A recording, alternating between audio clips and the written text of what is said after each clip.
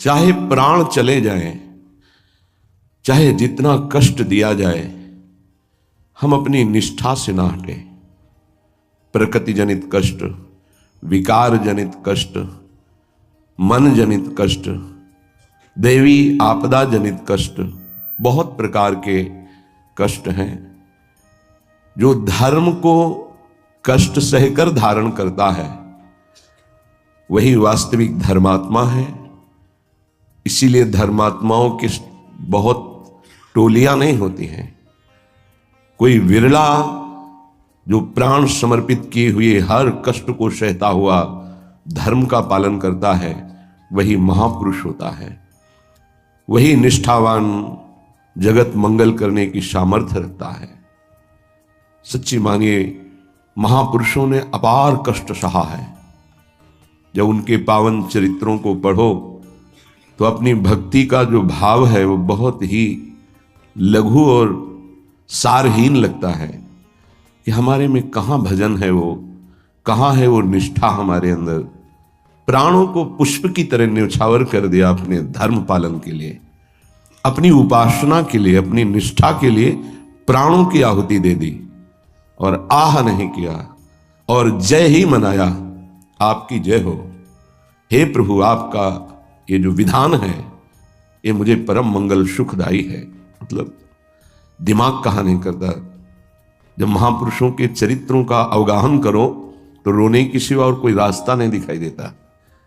क्यों हो ऐसे महान कष्टों को गले लगाकर मुस्कुराते हुए प्राणों की आहुतियां दे दी केवल धर्म के लिए। इतिहास भरा हुआ है ऐसे महापुरुषों से। हम उपासना के मार्ग में चलते हैं, थोड़ा भी कष्ट नहीं सह सकते। प्राकृतिक दैवी आपदा इनकी बात नहीं कर रहा, केवल इंद्रियों की विलासता। रसेंद्री अच्छे अच्छे पदार्थ पाना चाहती, जनेन्द्री शरीर भोग करना चाहती, श्रवणेन्द्री मनोरंजन सुनना चाहती, एक एक इंद्री प्रकृति के सुखों को भोगना चाहती। जहां नाम मात्र केवल है, सुख नहीं है। लाख प्रवचन करे, लाख प्रवचन सुने, इंद्रियां और मन अपनी ही दशा में रहती।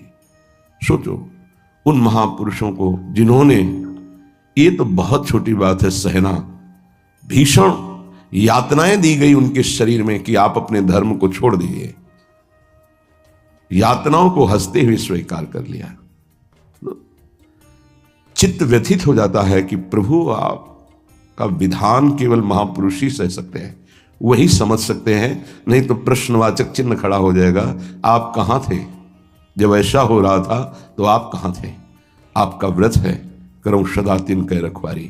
महिमा सुनी है, सीम की चाप सके को ताशु, बड़ रखवार रमापति। फिर ऐसा, पर वो प्रश्नवाचक चिन्ह शरणागति अधूरी कच्ची होने के कारण होती है। उन महापुरुषों का अपना अस्तित्व ही नहीं रह जाता है, केवल स्वयं भगवान ही बैठे होते हैं।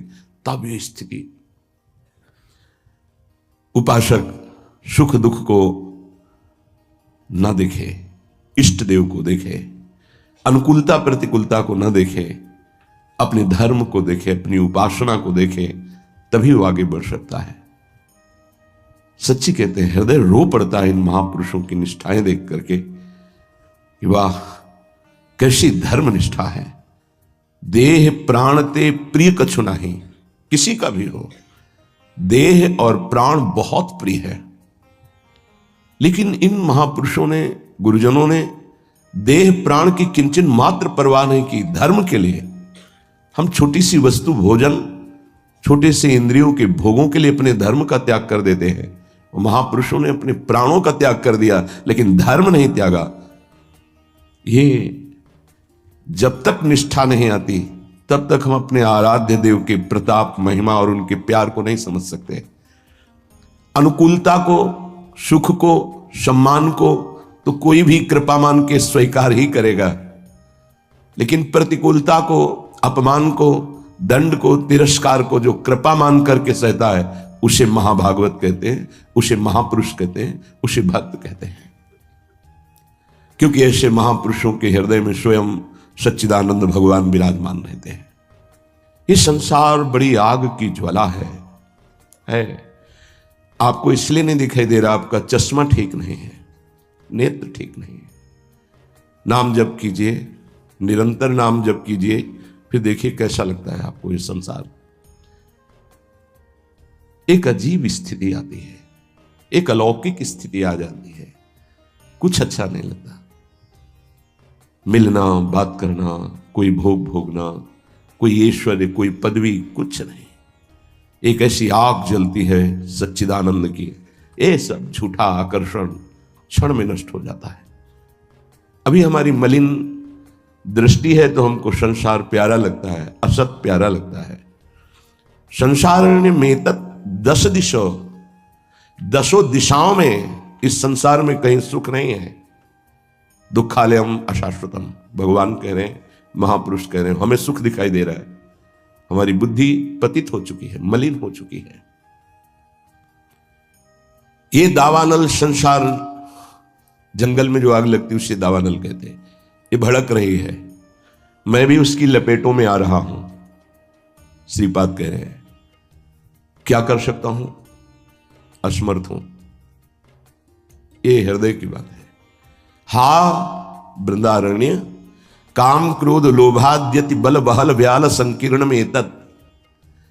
ये काम क्रोध लोभ आदि अनेक बलवान सर्प हैं जो अपनी कुंडली में फंसा करके डस लेते हैं और उनका विष चढ़ जाता है। कुछ तो ऐसे हैं लील ही जाते हैं, अजगर आदि। तो लील जाने का मतलब पूरा जीवन निकल गया काम चेष्टा करते हुए, समझ ही नहीं पाए। पूरा जीवन निकल गया लोभ धन की प्राप्ति के लिए, समझ ही नहीं पाए। सुखी वही है जिसने भगवान नाम का निरंतर स्मरण प्रारंभ कर दिया। वो सुखी, वो बेचारा। तुम्हें लगता है वो सुखी, बेचारा है। थोड़ी देर अगर उसके मन में अपने मन को मिला के देखो तो पता चलेगा उसका मन कितना जल रहा है, कितना दुखी है, कितना वासनाओं से गंदा हो चुका है। और शरीर छूटेगा तो बैंक बैलेंस यही रहेगा, वो गंदगी ढो के अगले जन्म में भोगेगा जाके। हा माने ये असमर्थता का सूचक है। हा वृंदारण्य किम कुर्मः, मैं क्या करूं, कुत्र यामो, कहां जाऊं, आपकी शरण ले लिया हूं। ये काम क्रोध लोभ आदि हिंसक पशुओं की तरह हम पर टूट पड़े हैं।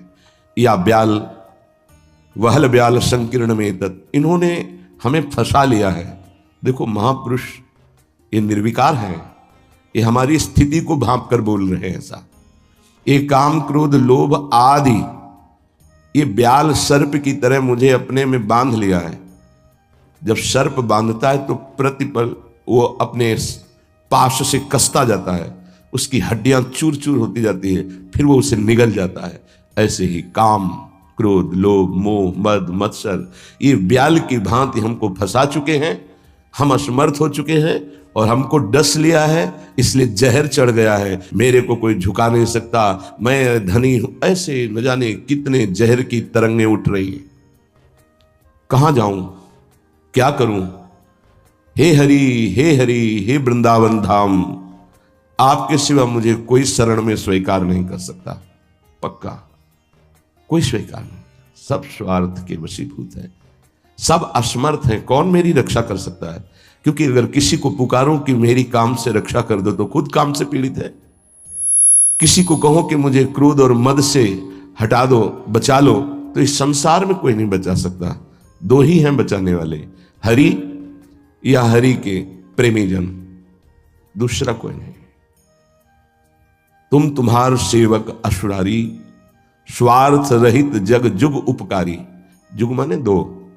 स्वार्थ रहित अगर कोई उपकार कर सकता है, मुझे बचा सकता है, तो भगवत प्रेमी महात्मा या स्वयं श्री भगवान। इसलिए हा हरि यामो हरि हरि शरणम स्वस्य पश्यामि नान्यत्। मैं देख रहा हूं कि मुझे कोई स्वीकार नहीं कर सकता।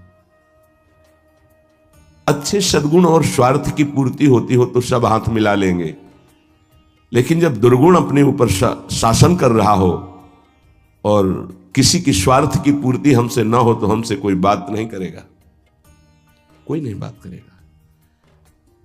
किसी से हम बात करना चाहें तो वो घृणा और त्याज्य भाव से देखेगा, है गंदा आदमी, क्या है इसके पास, लेकिन ऐसे को भी अगर कोई गले लगाता है तो दो, एक भगवत प्रेमी महात्मा और एक भगवान, दूसरा कोई नहीं।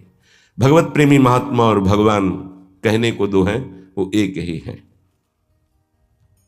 या तो हित तो कीजे कमल नयन सो, जा हित आगे सब हित लागे फीको, कह हित कीजे साधु संगति दो, जो कलमश जाए सब जी को। दो की ही बात स्वामी हरिदास जी महाराज ने भी की है। या तो कमल नयन बांके बिहारी से अपनापन कर लो, हित कर लो, प्रीति कर लो, वो स्वीकार कर लेंगे, आप कैसे भी हो वो गले लगा लेंगे। और या साधु संगति सो, वो भगवान और भगवान के जनों में अभेद है, तस्मित जने भेदा भावात, वो वही हो जाता है उनके चिंतन के प्रभाव से। तो जैसा स्वामी का स्वभाव वैसा सेवक का स्वभाव, जैसा स्वामी का प्रभाव वैसा सेवक का प्रभाव हो जाता है। हरि और हरि प्रेमी संत जन, ये दो ही हैं जो शरण में स्वीकार करके महापापी को भी परम पद में आरूढ़ कर देते हैं। इसलिए हे वृंदावन धाम, आपसे प्रार्थना करता हूं, आप मुझे स्वीकार कर लीजिए और भगवत प्रेमी महात्माओं का संग दीजिए। धन्य है वो, प्रशंसनीय है जिन्होंने आपकी कृपा प्राप्त कर ली है। वृंदावन की कृपा रसिक संग सुखकारी, पक्का समझना। श्रीधाम वृंदावन श्री लाडली जी की कृपा से आना होता है और धाम की कृपा से भगवत प्रेमी महात्मा का संग मिलता है।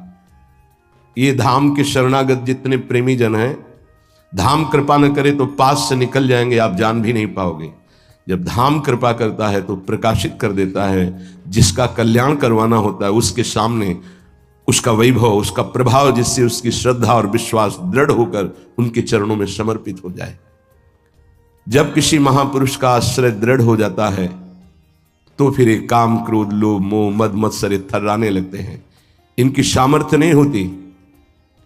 ये भगवत शरणागत पर तो परीक्षार्थ प्रभाव दिखा सकते हैं, लेकिन भगवत प्रेमी महात्मा की शरणागति जिसने स्वीकार की, वहां परीक्षा भी नहीं, क्योंकि उनकी दृष्टि रहती है। हम तभी परास्त होते हैं जब उनकी अवहेलना कर देते हैं। महापुरुषों की अवहेलना ही काम क्रोध लोभ आदि को आक्रमण करने का अवसर देती है।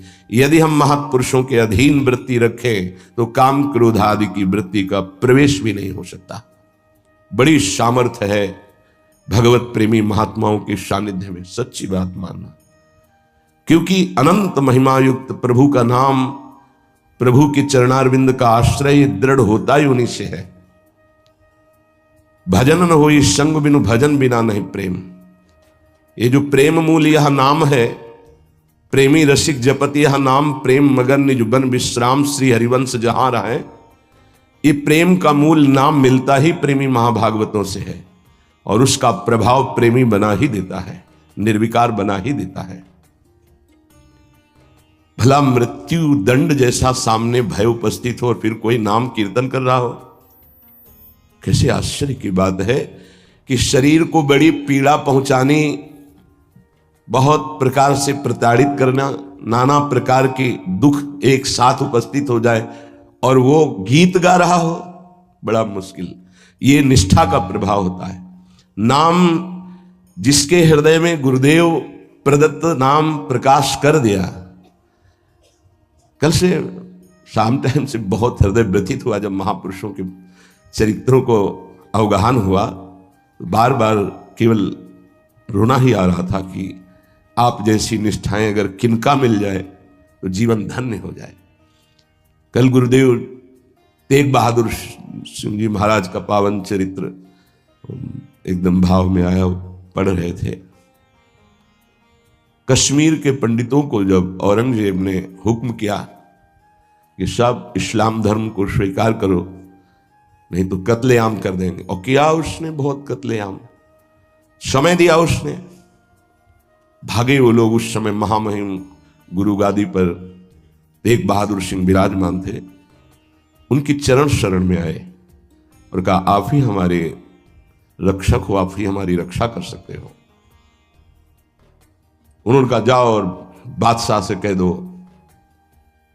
पूरा चरित्र तो बड़ा है कि अगर तेग बहादुर सिंह को इस्लाम स्वीकार करवा दो तो हम बिना किसी शर्त के सब कश्मीरी पंडित आपकी आज्ञा का पालन करेंगे। एक को परास्त कर दो तो हम सब परास्त ही हम स्वीकार कर लेंगे। फौरन उसने बहुत ही अन्य धर्मों की तरफ उसका नकारात्मक भाव था। उसने आदेश किया बंदी बना के तुरंत तेग बहादुर सिंह को दिल्ली में उपस्थित किया जाए। सैनिक गए।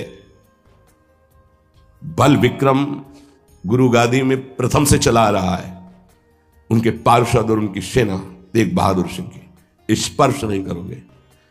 गुरु तेग बहादुर सिंह के सामने शर्त रखी कि बादशाह के सामने तुम चलते हो या तुम्हें बंदी बना के ले चले।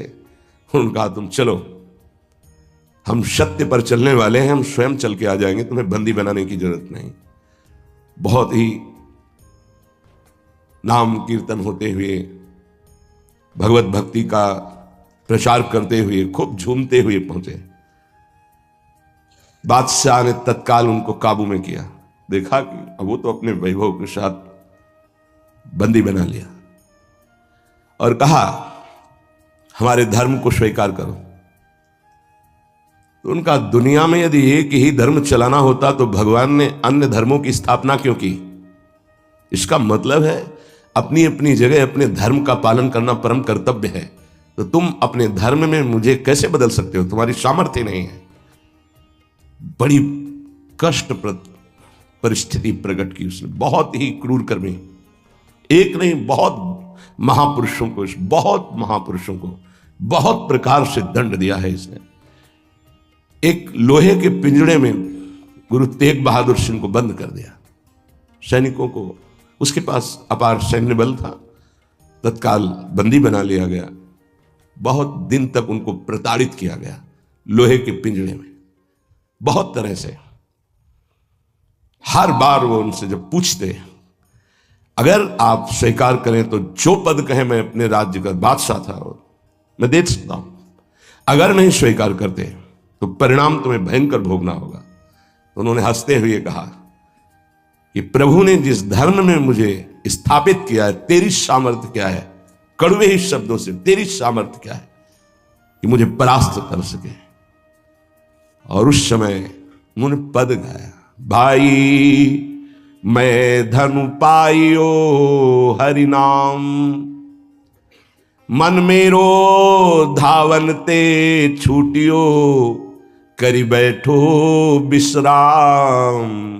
भाई मैं धनु पाइयो हरि नाम, माया ममता तन ते भागी, उपजो निर्मल ज्ञान। लोभ मोह यही परसि न साके, गही भगति भगवान। भाई मैं धनु पाइयो हरि नाम।